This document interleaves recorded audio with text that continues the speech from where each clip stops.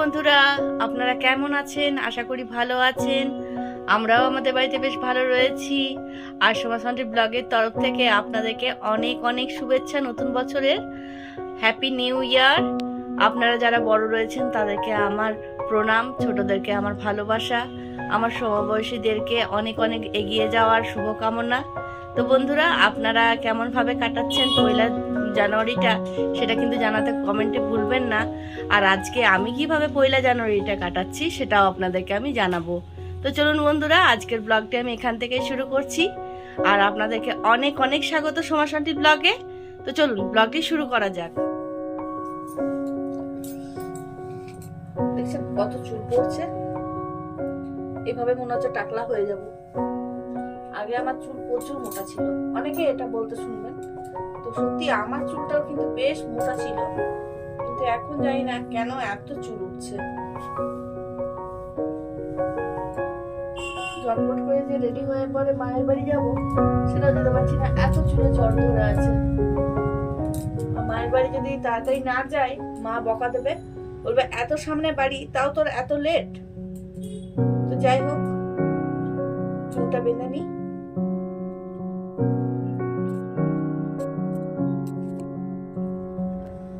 তো বন্ধুরা, আমার চুল বাঁধা প্রায় কমপ্লিট হয়ে গেছে। দেখুন চুলের কি অবস্থা হয়েছে, একদম পুচ্ছি বেরিয়ে গেছে। এই মোটা এই শিকুলিটা হতো আমার এক সাইডের চুলে, আর এখন দাঁড়িয়েছে পুরো মাথার চুল জুড়ে।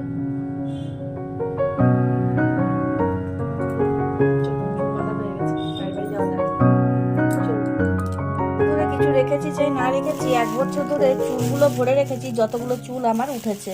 তো দেখেছেন আমার কতটা চুল উঠেছে? দেখুন, একটা খোপা হয়ে যাবে এরকম হারে চুল উঠেছে। আর স্নানের সময় জানেন তো এত চুল ওঠে যে কি বলবো।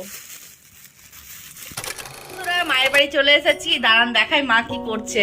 এখন রান্না করতে ব্যস্ত। মা ভাত বসিয়ে দিয়েছো নাকি? ভাত বসিয়েছে, দুধ গরম হচ্ছে। গরম করবি নাতির জন্য। আচ্ছা, আজকে সকাল থেকে চলে এসেছে নাতি নাতনি। মায়ের আজকে বিশাল কাজযোগ বেড়ে গেছে। মায়ের ঘরে এখন মেয়ে এসেছে, নাতি নাতনি। না মা, অনেক কাজ। হ্যাঁ, এই যে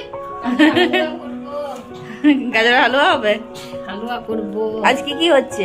আজকে হবে মাংস, হ্যাঁ, আলু ভাজা হবে বেসন দিয়ে ইয়ে করে পকোড়ি, আর বেগুন পোড়া হবে। আচ্ছা, হ্যাঁ, গাজর হালুয়া হবে। রুটি খাবা। বাহ, আর দেখিয়ে দি ছেলে মেয়েরা কি করছে। ওরা আগে এসেছে। এই যে ছোটটা তো এত কার্টুন দেখতে ব্যস্ত যে কি বলবো, আর একটা তো মোবাইল নিয়ে ব্যস্ত। সবাইকে নিউ ইয়ার উইশ করছে। ওই ওই কথা বলবে না ছেলে, এমন অবস্থা, এত কার্টুনের মতো দেখেছেন। তো চলুন দেখি মায়ের কিছু হেল্প করে দেওয়া যায় কিনা। মা কিছু করতে হবে? দেখো জানে খেলো তারপর। আচ্ছা ঠিক আছে।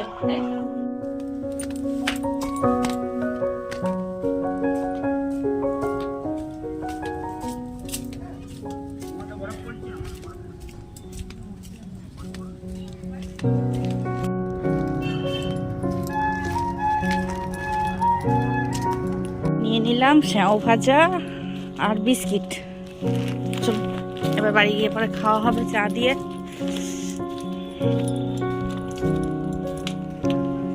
মা, একটা বিস্কিট নিলাম আর একটা স্যাও ভাজা নিলাম।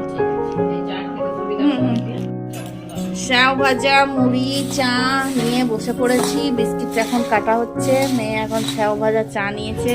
আর আপনারা তো জানেনই আমি দুধ চা খেতে একদমই পছন্দ করি না, তার কারণে মা কিন্তু র চা বানিয়েছে, আর সাথে মায়েরও র চাই বানালো। বলছে তোরা যখন খাবি না তখন আমি কেন খাবো। তো মাও দেখে নিন র চা নিয়েছে, এদিকে মেয়েও চা নিয়ে বসেছে। চলুন চাটা খেয়ে নেওয়া যাক। গেল বলটা? হ্যাঁ নিয়ে এসো নিয়ে এসো।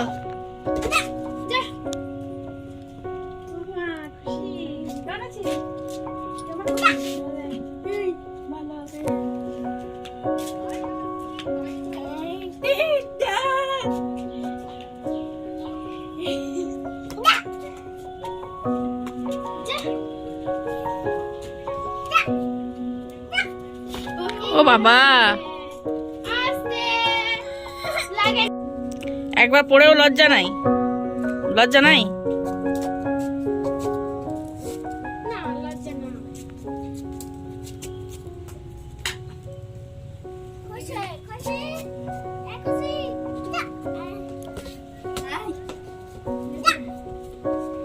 বাবা বাবা বাবা, যাও নিয়ে যাও, নিয়ে যাও, বল নিয়ে যাও। বাবা বাবা বাবা বাবা, বাহ, কোথায় উঠে গেল? ওরে বাবা, দাঁড়াও, দি বলটা দি। আমি এই যে আমাদের ছোট কাকিমার ঘরের কাজের মাসি এখন কাজ করছে, বাসন ধুচ্ছে। ভালো করে বাসনগুলো তো, নাহলে কিন্তু এই মাসে মাইনাটা কাটা যাবে। দীপা মাসি গো নাকি পাচ্ছে বড় হাসি গো। এমন মাসি আমি চাইনি, এমন সে দেব না তো মাইনে। দেখেছেন কলাগুলো কত বড় হয়েছে, দারুণ। আই মিনি, আই মিনি, আয় আয় আয় আয়, একটা মিনি দেখতে পেয়েছি। এই তো মিনি পালাচ্ছে।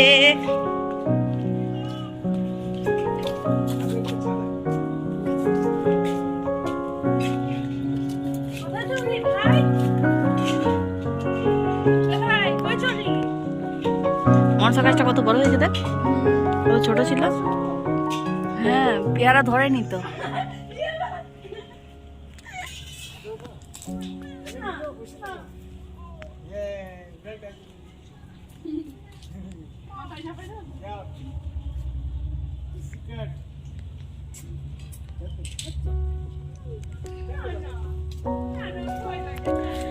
না চলুন, মায়ের রান্না হয়ে গেছে, এবার খাবার খেয়ে নিয়ে গিয়ে। কি হচ্ছে? বেগুন পোড়া সানা, আলু ভাজা হয়েছে, বেগুন পোড়া সানা হচ্ছে, আর এদিকে মাংসের ঝোল ফুটছে। ব্যাস, আমাদের চিকেন হলে আর তো কোনো কিছু দরকার হয় না, তার কারণে মা বলে আর বেশি কিছু রান্না করতে মানা করে দিই মাকে। না, মানা করবি চলুন না মা, চলুন এবার খেতে বসা যাক।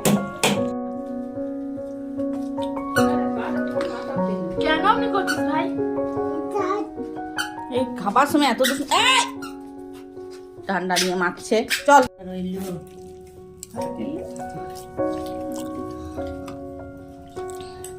মাংসটা দারুণ হয়েছে। ঝোল দেবে নাকি বেটা? এবার ডান্সটা করো করো করো করো।